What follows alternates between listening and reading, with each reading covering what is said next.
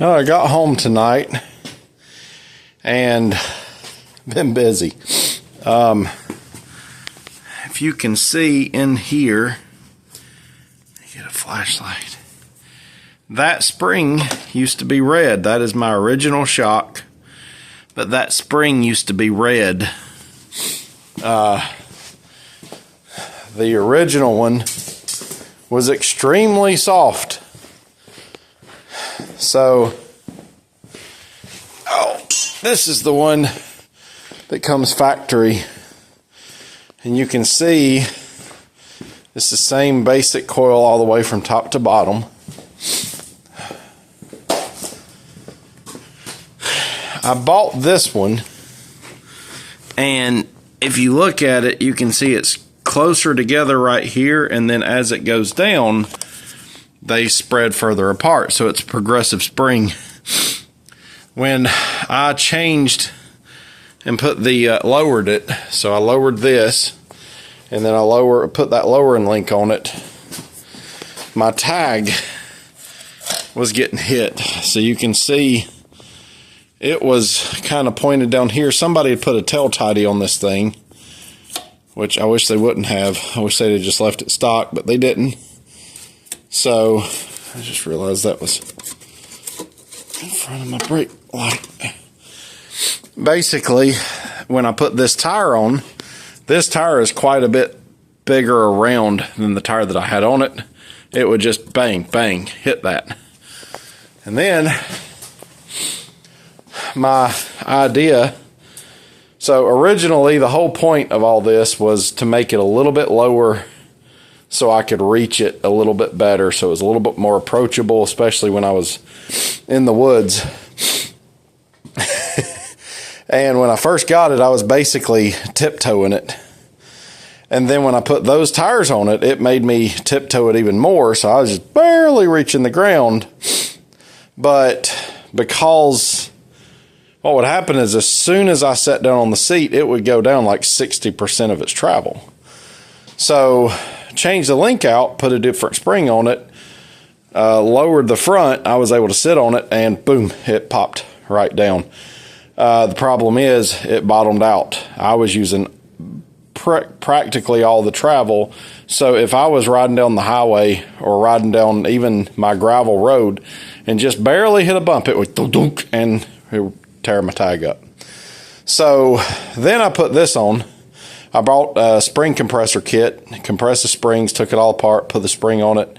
Ordered the spring, by the way, that's a progressive spring, hyper something.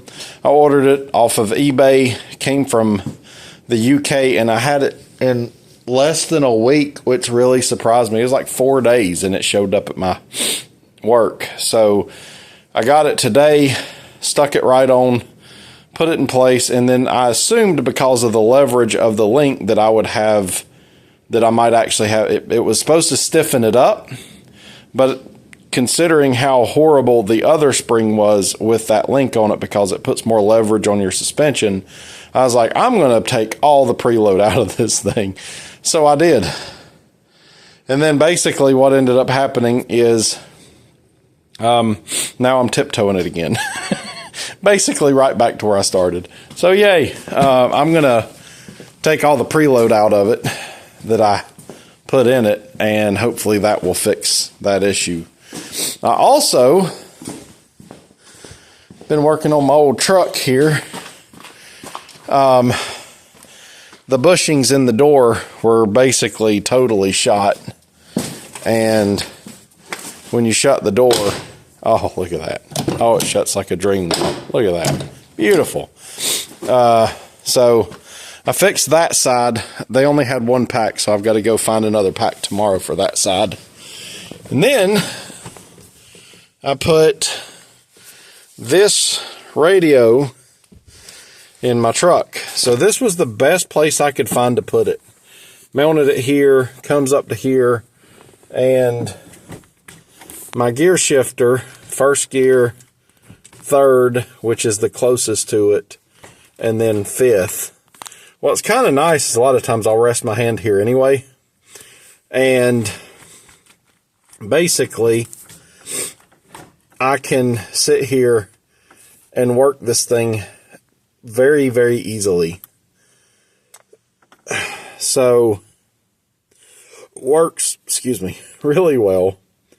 I did find out that this radio, you can buy a wireless mic for it that uses Bluetooth, and essentially you get rid of the wire. So this, I had to take and zip tie it back here because it was in kind of wanting to stick out here and in the way.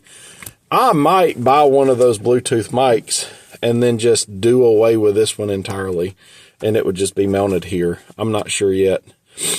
You see two mics and then this radio. So this is my FT891. I don't have it hooked up yet. I'm doing the remote head, but what I think I'm going to do is take this head and put it right here. So I'll basically have my radio. This don't work. I don't use it anyway.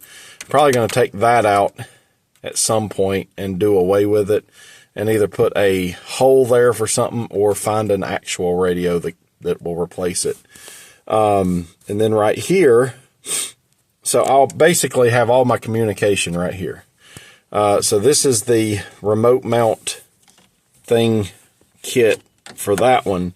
I'm going to basically take a piece of metal and it'll come here and down here and then essentially two-way, 3M tape it basically to here.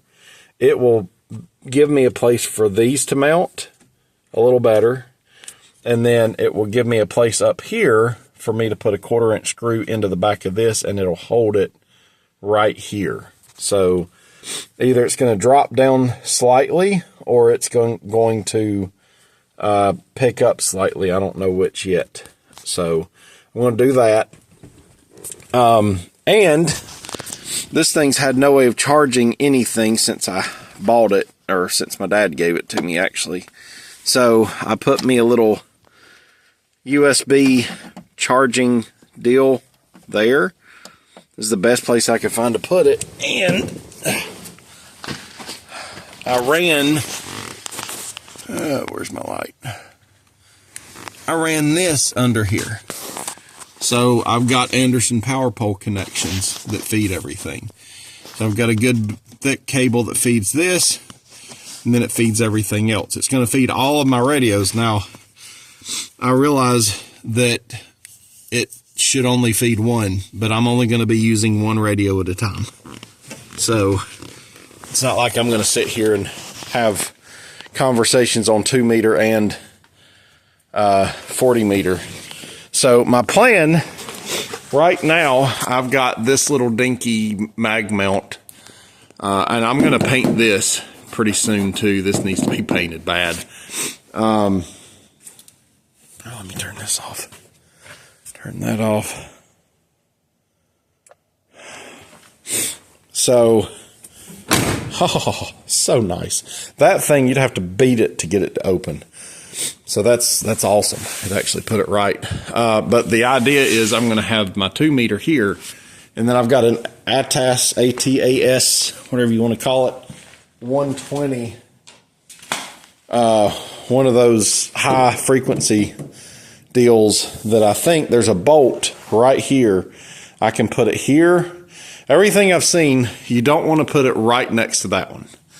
At first I was thinking, shoot, I'll just stick it, like right here somewhere. And then I was thinking I'll build me a thing that goes over here and I'll put one here and one there. The problem is you're putting a lot of RF into that antenna back and forth.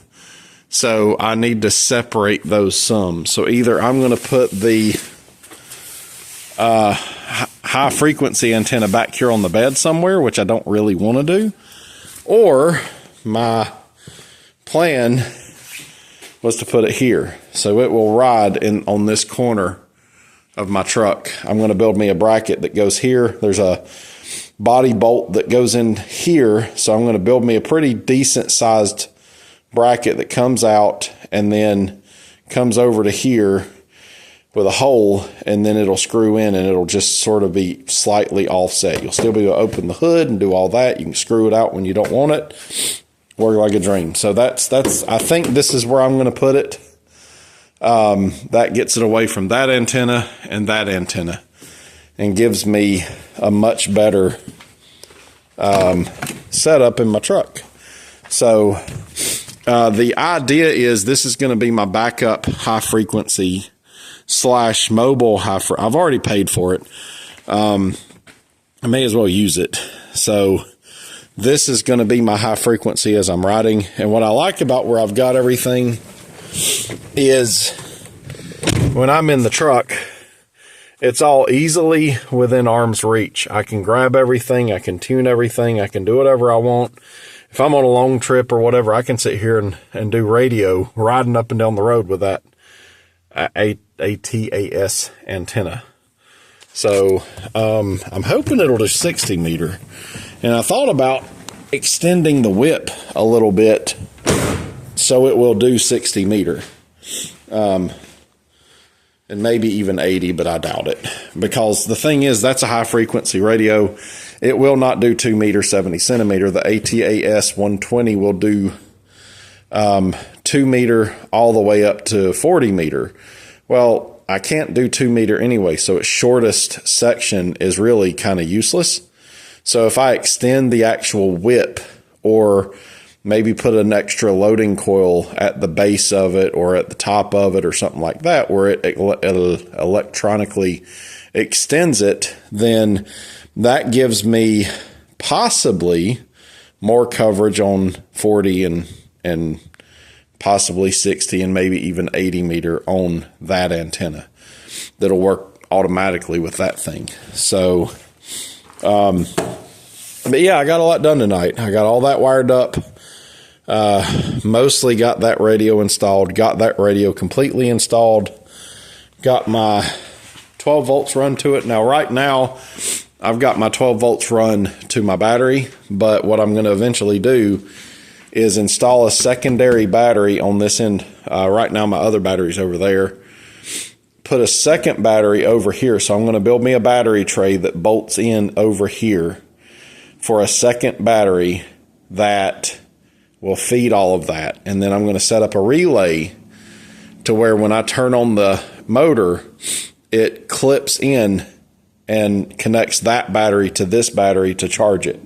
So essentially, as I'm riding down the road, I'm charging both batteries, and then I am running everything off of that battery. And then when I'm done, and I'll put isolators and all that crap on here, when I'm done with that and I shut the truck off, I'll still be able to use my radios using this battery, but it will be disconnected from that battery. So if I run it down or leave the battery or the radio on or something like that, as soon as I fire up the truck, which that'll be good and fresh, it will begin to charge this battery again. So that'll give me just a little bit of safety margin.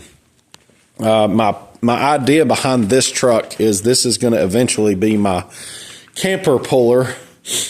So I'm going to have this truck with an 8-foot bed. And this thing it's got a fantastic motor. It runs like a dream. I can put supplies. I can put a camper shell on here. I can put four-wheeler in the back, stuff like that. And then hook to my camper back here, which it's over on the other side. And when I build the frame for my camper that I'm going to build, I'll end up being able to pull the camper and 2 dirt bikes. The Hawk 250 and my 300L. So I'll be pulling that and that with the camper. I'm going to put a different, a little bit better, what do you call it, axle under it. The one it's got now is tired. It's an old torsion bar, and it's dropped the camper so low that you hit the camper on stuff when you're riding. So by adding an axle that the camper frame will actually set down and bolt to, I'll have a roughly 20-foot long axle. Right now it's 13 feet, so that gives me 7 extra feet. It'll actually make it pull a little better because now you've got a longer tongue. It don't let me get into as tight places, so I'm going to shorten it from 20 as much as I can. But the idea is camper, motorcycle on the rear, motorcycle in the front, and that essentially gives me a balance over the, I forget what you call it, the axle. So essentially this one cancels this one. The weight of the camper itself is here, so you will have more tongue weight than you have weight in the rear. And then in front of the front motorcycle, I'm going to build a small bathroom / shower, which is the one thing my camper really needs and doesn't have. It's perfect for a couple of people or one person.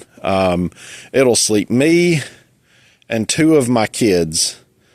And then I've got a tent that'll sleep whoever else might want to come with me in the tent. And then it'll turn into a ham shack if I want to. I've got Anderson power poles and all that stuff run through it. So essentially, my idea is this truck will pull it with the camper, with the 2 motorcycles, with a 4-wheeler or supplies or a camper shell that you could actually sleep 2 or 3 more people in the back of that if you wanted to. That would give me one heck of a camping setup. So that gives me camping. It gives me disaster recovery, which is really the biggest thing that kind of got me into all this stuff to begin with. When I went down to Helene and saw everything, it just blew my mind how stupid everything was. So with this truck, and I'm going to paint this different color, probably more of something that'll sort of blend into the woods, and I'm going to paint the camper the same color. So the truck will match the camper. They'll be sort of blendy into the woods a little bit, to where if I need to kind of hide or whatever, I guess what I'm thinking is the least people that see you and know you're there, the better off you are. Hopefully people don't rob from you and stuff like that. But the idea is that camper becomes my mobile command center, so to speak. It gives me high frequency. I've got deployable antennas. I've got radios that are already going to be mounted and put in place and all that stuff in that camper, and it'll be ready to go. So I'll have 2-meter, I'll have high frequency, I'll have a antenna that I can pick up and go up to right at 30 feet up for my 2-meter, and then I'll have an invis antenna that I'll deploy separate from that. So that gives me my local statewide 300-mile-ish invis for my high frequency in 40, 60, and 80 meter with a simple wire antenna. And then the 2-meter antenna is going to be my, I'm kind of debating, there's a NGC, I forget the name of it, but it's a N7600. And then I've got this one. I bought this one and I hated it when I first got it. Now I love the thing. It's got the repeater setting, which is really freaking cool. So I considered one of these in the camper along with one of those N7600s. So I'd end up with one of these that could act as a repeater and my comms locally. This is a 50-watt radio. It's got crossband repeat. It's got APRS. It's got all that stuff. And it does a lot. So if I bought one more of these and put in the camper, what that gives me is the camper has the bulk of my radios in it, but this also has a backup radio. I can use this radio to connect, and if I've got the ATAS 120, that gives me a different type of connection out. So if I've got an invis antenna and I want to be able to get out, I can actually get out with this in a different way. It's going to be a little bit, low radiation angle or high radiation. I think it's a low radiation angle with the other type of antenna. So that gives me kind of different paths out, and it gives me a high frequency.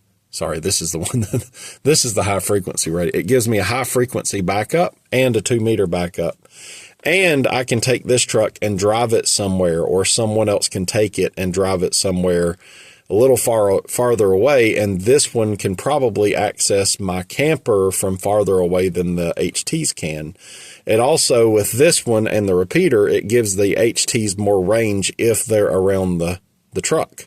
So it's kind of a backup that I've already going to do anyway, and it's just my everyday truck that I'm driving either way. So that gives me a backup to the camper.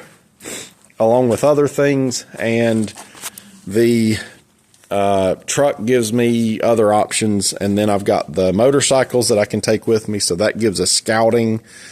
Essentially, if we get out there and we need to find people, we need to find roads that are closed or any of that stuff, the idea is I will have that N7600 doing APRS to a GIS application. I'm working on that now, where I will have APRS. I found an APRS app that actually logs everything. So it actually will have a TCP IP socket that you can connect to with a different type of app, where you can essentially map everything out. So I can say, okay, this road we've been down, that road we haven't. There's a house here that needs to be looked at. This road's impassable. And I can categorize it so it can parse that information, and it can pull specific types of alerts. For instance, road closed, assistance needed, medical needed here, whatever. And then I can quickly display whatever that is. So that's kind of my long-termish goal that I'm working on now. So either way, I know that's a whole lot of stuff that probably makes no sense, but that's where I'm at right now. So you guys have a fantastic night, and I'm going to go to bed. Have a good day. Bye.